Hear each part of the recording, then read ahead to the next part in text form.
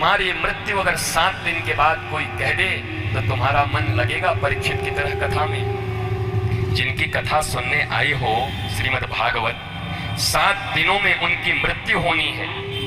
तक्षक नाग उनको डसने वाला है और वो समस्त घर बार का त्याग करके, परिवार का त्याग करके गंगा जी के तट पर आकर बैठ गए हैं। हजारों ऋषि, हजारों महर्षि, जिनका दर्शन तक स्वाभाविक रूप से किसी को नहीं मिलता, जैसे ही लोगों ने सुना कि परीक्षित आ रहे हैं गंगा के तट पर, हजारों ऋषि पहले से वहां जुट गए।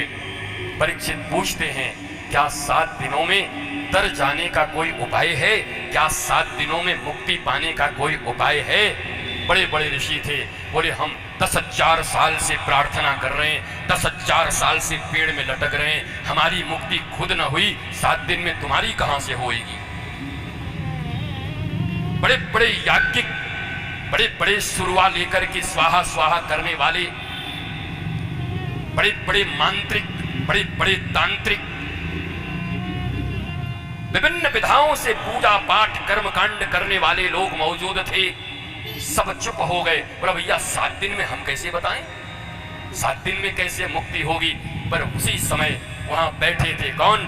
पराशर बैठे थे, व्यास बैठे थे। उसी समय पराशर के पोते और व्यास के पुत्र, महाराज घुटनों से भी लंबे जिनके हाथ हैं, 16 साल के सुखदेव गुरुदेव, जो भगवान श्री राधा कृष्ण की प्रिया राधा रानी के हाथों से डालिम अनार खा करके आए हैं, साक्षात किशोरी जी के रूप में ही हैं। और वो टहलते हुए आते हैं। जैसे ही वो हजारों साल के ऋषि उन 16 साल के सुखदेव को देखते हैं, सब दंडवत होकर गिरते हैं। व्यास अपने दाढ़ी से रास्ते बुहारने लगते हैं। पराशर अपने कपड़े को उतार करके बिछा देते हैं। अरे गुरुदेव सुखदेव आ गए, सुखदेव आ गए, कहीं इनके पांवों में कांटा न गड़ जाए।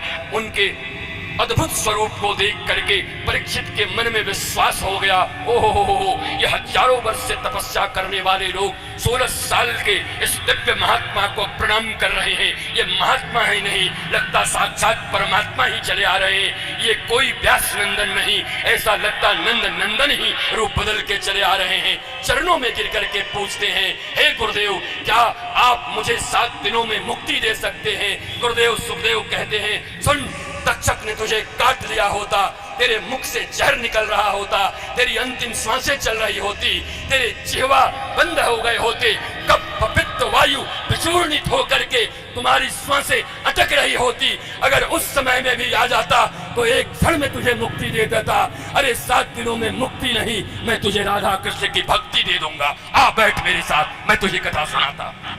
16 साल के गुरुदेव सुखदेव ने कथा सुनाई और मुक्ति नहीं, भक्ति प्रदान कर दिया। मुक्ति भक्ति की दासी है, तुम क्यों मुक्ति के पीछे भागोगे?